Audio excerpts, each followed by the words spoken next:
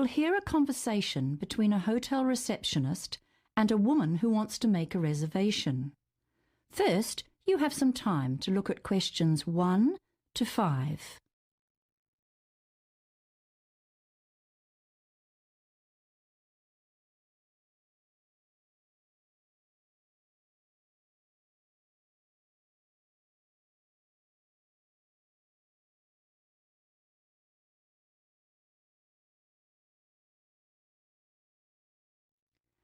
You will see that there is an example that has been done for you.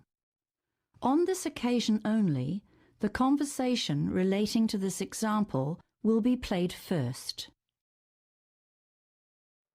Good morning. Welcome to the Horizon Hotel. How may I help you? I've come in to make a reservation for a friend. And your friend's name is? Mackay, Sandra Mackay. That's M-A-C-K-A-Y. Thank you. The woman says her friend's name is Sandra Mackay, so Sandra Mackay has been written in the space. Now we shall begin. You should answer the questions as you listen, because you will not hear the recording a second time. Listen carefully and answer questions 1 to 5. Good morning. Welcome to the Horizon Hotel. How may I help you? I've come in to make a reservation for a friend. And your friend's name is? Mackay, Sandra Mackay. That's M-A-C-K-A-Y. Thank you. When is she arriving? She's flying in on the 15th, but she'll stay with me for the first night because we have an early start on the 16th. We're going for a quick trip to the coast, but we should be back on the 18th. So that's the 18th of this month? No, sorry, did I forget to say? It's next month, December. Well, that's getting pretty close to Christmas, but we may have something available. Right, we have 1 or 2 nice rooms left. But how long will she stay for? A week. So she'd be checking out on Christmas Day, the 25th. Is that a problem? Well, it depends. We don't have a room available for the whole week, but if she didn't mind changing rooms midway through her stay, we could work something out. Oh, I see. And if she wanted to extend her stay, that wouldn't be possible, I'm afraid. We're completely booked out from Christmas Day through to New Year. No, she won't want to extend, and I don't think she'd have a problem with changing rooms. Good. Well, I'll put her in room 502 to start with, and then she'll have to move to 805. No, just a minute. Let's make that 702, because that's available, and it's 2 floors directly above 502, so the room layout will be identical. How much will it cost per night? The basic room rate is $165. Is breakfast included? No, but a complimentary drink is served every evening at 5 o'clock. Oh, that could be quite nice. Shall we make the booking then? We will require a deposit equivalent to 1 night's stay. That's fine. I can pay the deposit. How would you like to do that? In cash or by credit card? Credit card, I suppose. Oh, wait a minute. I might have enough money in my purse. Yes, let's do it in cash. Hang on, I'll just make a note of that. Deposit paid, in cash. Before you hear the rest of the conversation, you have some time to look at questions 6 to 10.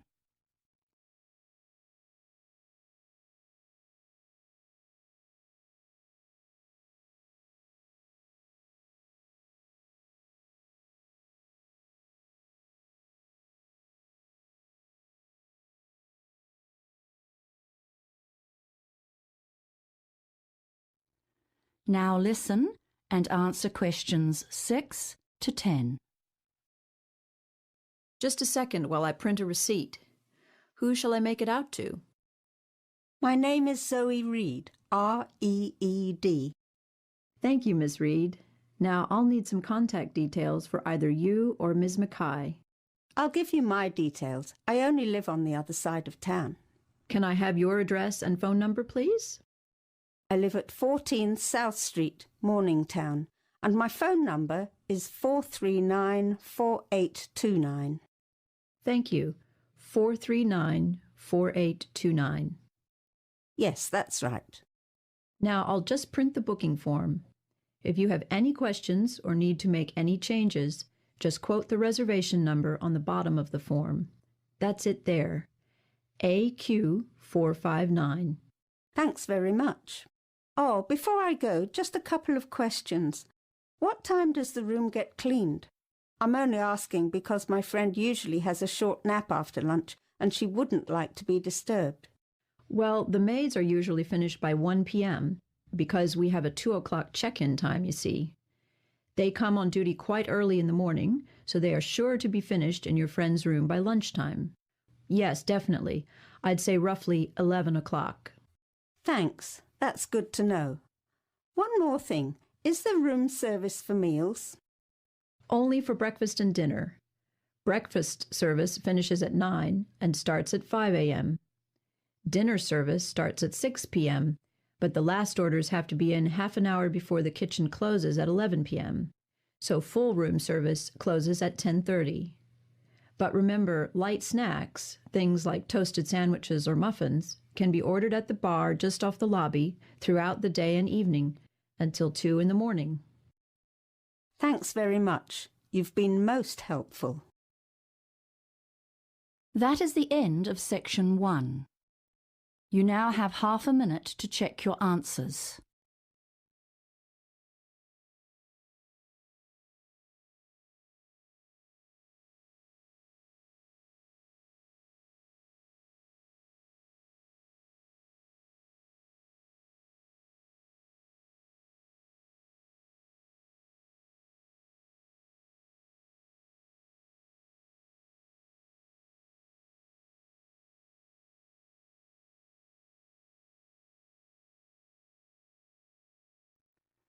Now turn to section 2. Section 2. You will hear a radio announcer introducing what's on at the local arts centre. First, you have some time to look at questions 11 to 16.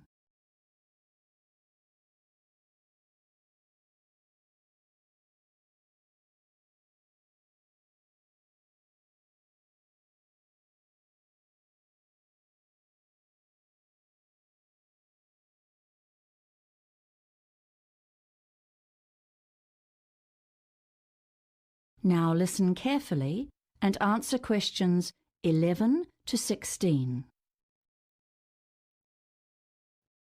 Hello, and thanks for joining me on the art scene tonight, brought to you by your local radio station 2ZG, and made possible by the generous sponsorship of Bertrand's Music and Video Store. Firstly, I want to announce that the refurbished Arts Centre downtown is opening soon, with some spectacular visual art displays and performances that you won't want to miss. In Gallery 1, the Arts Centre will be hosting an extraordinary exhibition of the latest creative works of our regional artists. There'll be landscapes, abstracts, photography, ceramics and sculpture. The exhibition opens on the 4th of March and runs through to the 10th of April. It's free and open to the public from 11 a.m. to 4 p.m. weekdays, and, by the way, all works on display are for sale, so be sure to bring your credit card with you. Gallery 2 will put on the annual showcase of the art of school students who take a sometimes challenging and often emotive look at the current issues facing youth in particular and society in general. This is the Issues of the 21st Century exhibition, and the dates to keep in mind are 10th of March to the 4th of April. The gallery will be open from 10 till 3 Monday, Wednesday, Friday and weekends.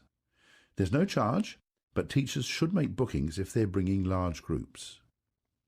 Let's move on to the performing arts now. Shakespeare season is back again, and this year's production is the ever-popular Romeo and Juliet. Tickets are just $40 for adults and half price for seniors, and there are rush tickets for students at $15. Performances are in Theatre 1 at 8 o'clock every evening. Bookings are essential. The show runs from the 5th of March to the 3rd of April, and there's a possibility of more shows if there's a high demand for tickets. Now, if you like your folk pop with a country twist, you must see Shannon Keel, who is back in town for one night only on the 1st of April, performing for us in the basement. She'll be supported by Ricky Bond's band, which has been touring with her for the last 7 weeks, and showtime is 9:15. Tickets are on sale at the door, just $12.50. Doors open at 8. Coming to the Arts Centre for 4 performances in the showroom is Class Act, a quartet who have captivated audiences with their amazing repertoire of classical music, and who now include top-class cabaret in their programme. They will give matinee performances every Friday in April at 11 o'clock. Tickets are only $14 a single, or better yet, why not get together with a group of 6 or more friends and pay only $12? Before you hear the rest of the announcement, you have some time to look at questions 17 to 20.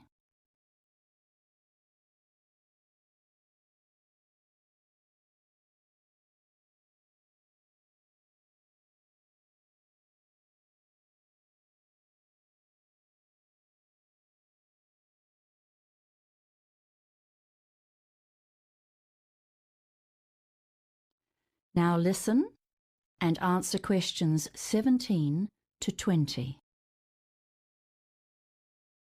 Now, here's some exciting news.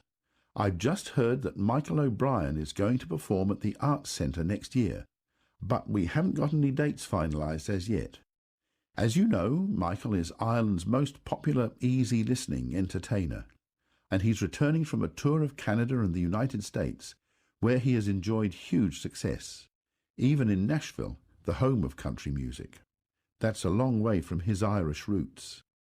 Michael is without doubt a singing superstar.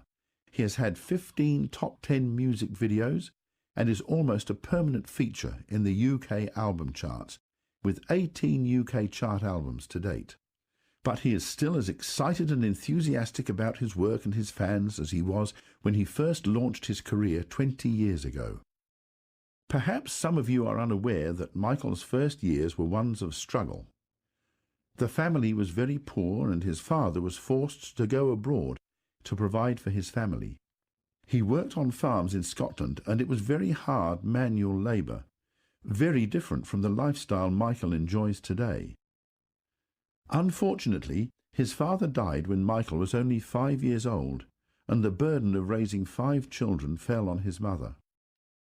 Although Michael followed in the footsteps of his sister by pursuing a singing career, she was his role model and inspiration, he has attributed much of his success in life to his mother's influence, and he has dedicated his most recent DVD release to her.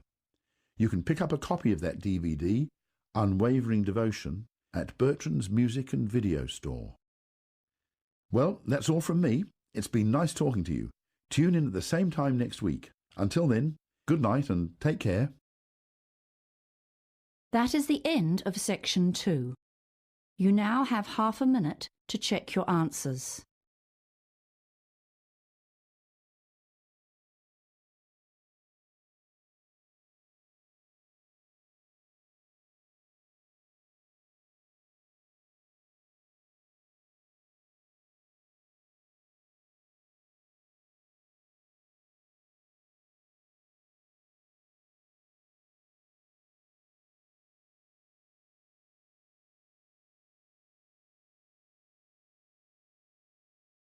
Now turn to section 3.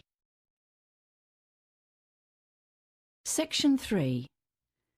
You will hear a conversation between 2 second-year students, Steve and Jan, who are planning an assignment together. First, you have some time to look at questions 21 to 25.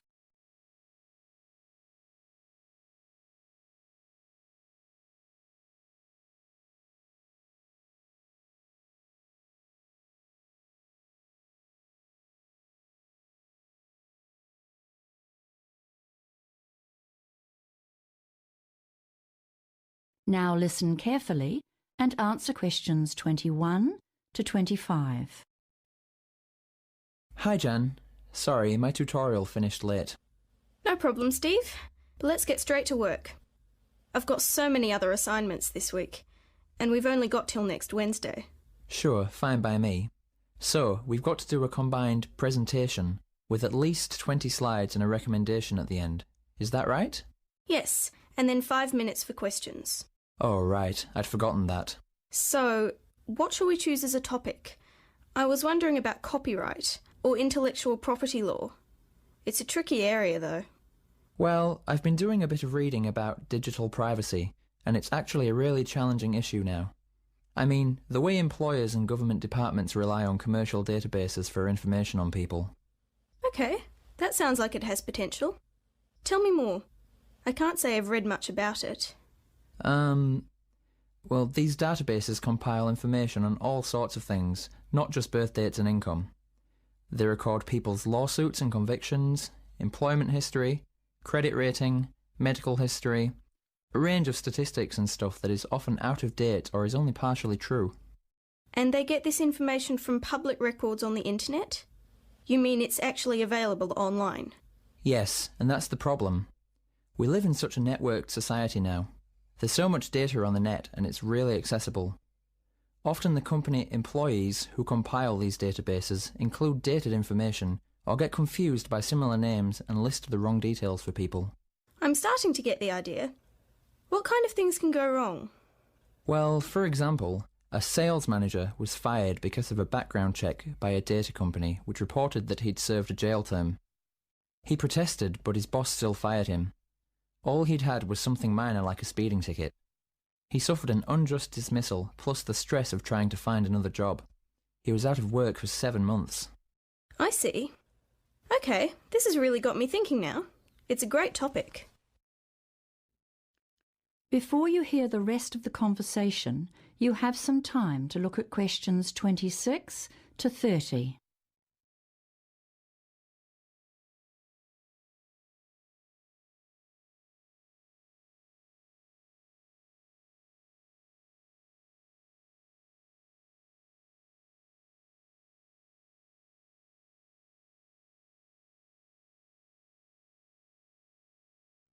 Now listen and answer questions 26 to 30. I'm thinking now about how the search engines apparently compile information on people based on their online search habits. You know, there's been a bit in the news lately. I guess that's pertinent. That's right, it's all part of the same issue. The search engines actually gather a huge amount of data about computer users, and some of it is definitely sold to other paying customers. The database companies sell lists to direct marketing companies, for example. That's their core business, so they're always trying to access more information in order to attract new clients and improve their profitability. What about social networking sites? How much of that information is truly private? Not a lot, it seems, and hackers can download sensitive information and misuse it as well. Also, every time you fill out an online form or survey to enter a prize draw, you're compromising your privacy. I never thought about that. I often enter those and give my email address and mobile number. Well, apparently in Europe they have laws controlling the ability of companies to sell or share people's personal data without getting explicit consent, but that's not the case here. Then that could be our main recommendation. Yes, and then we can advise people to actually purchase their own credit reports and files from a few of the big database companies to check that the information stored on them is actually accurate. It's so frustrating to have to do something like that. For sure. Also, bloggers should be very cautious. They can be sued for breaches of privacy and for libel. Even Twitter comments aren't exempt from legal action. So that's another area to consider for suggestions. Anyway, we need to decide how to split this up. How about if one of us does an overview of the general issue and the history of it all to date? I think I might tackle that. You'd be better on the technical stuff. Great. Then I'll look at new developments and make policy recommendations. For example, there are technology researchers looking at how access to files and information can be restricted. Because, you know, originally the internet was designed to be as open as possible. That's right. And instead, it's created a real conflict. Already some of the browser companies are working on solutions to this, such as offering a tracking protection feature that users can switch on to restrict how much data can be mined from their computer use. And there are a few other ideas out there as well. And about the question slot, I seem to remember Professor Duncan suggesting we prepare a couple of questions ourselves, in case no one asks anything. I guess that's a good idea. That is the end of section 3. You now have half a minute to check your answers.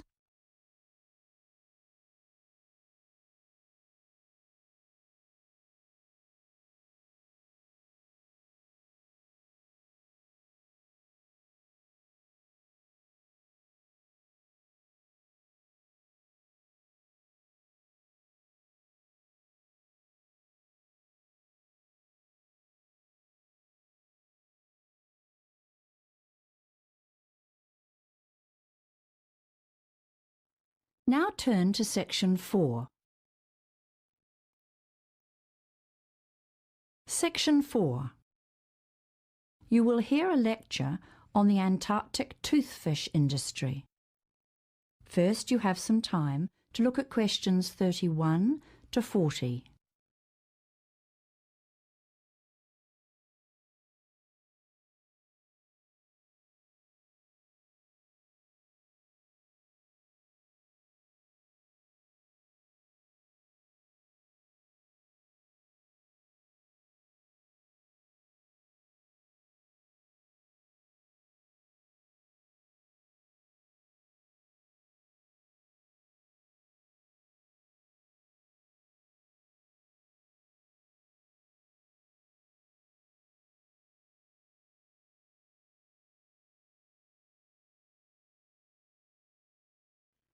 Now listen carefully and answer questions 31 to 40. Good afternoon. As you know, it's Environment Week, and that seems like a good time to focus on one of the most special places in the world, the Ross Sea, and its associated fishing industry, which is largely focused on the Antarctic toothfish. Now, back in 2008, this part of the Antarctic, that is the Ross Sea, which, by the way, makes up only about 3% of the Southern Ocean, was rated as being the least changed environment on the planet. In fact, it's been described by one source as a living laboratory, a link with evolution, and it teems with fascinating and unusual sea and mammal life. So there have been urgent pleas for the Ross Sea to be given some kind of permanent protection. What are the issues facing the area then? Well, aside from the huge problem of global warming that threatens all of the Antarctic oceans and the ice cap, most of these are associated with the fishing vessels that come into the Ross Sea, as well as the usual things like general rubbish and sewage pollution from these boats. The most significant potential danger is an oil and diesel spill from a fishing boat that's either damaged or sunk due to the thick ice.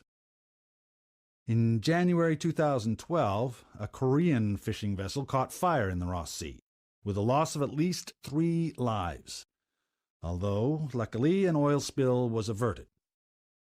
In late 2011, another Korean ship, the Insung No. 1, sank with 22 lives lost, although the rest of the crew were saved by other fishing boats in the area.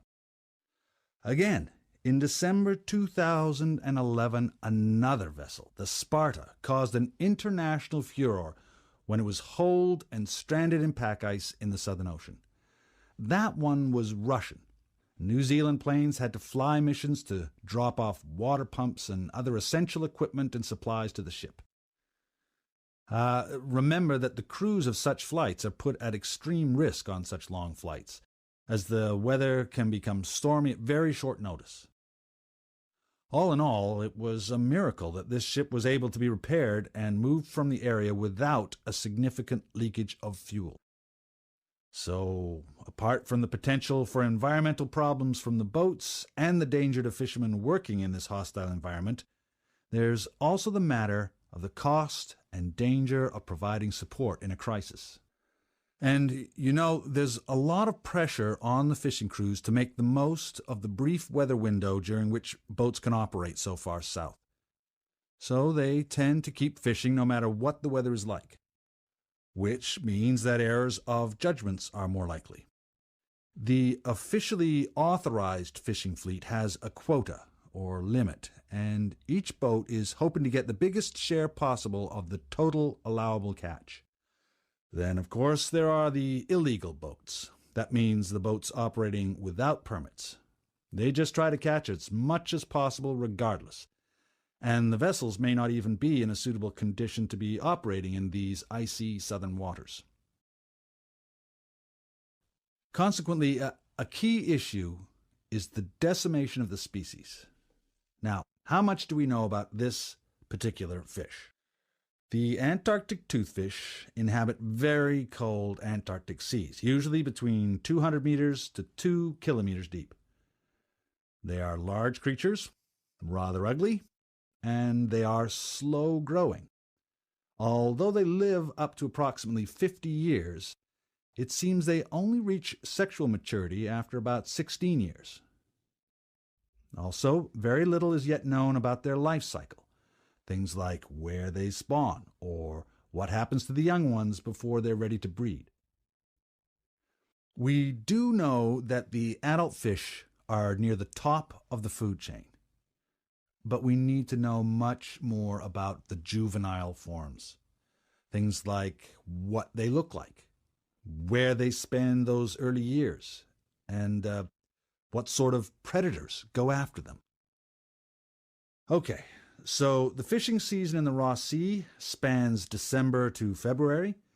It's estimated that close to 3,500 tons of Antarctic toothfish have been taken annually since the fishery opened in 1996. This represents approximately 100,000 fish per year.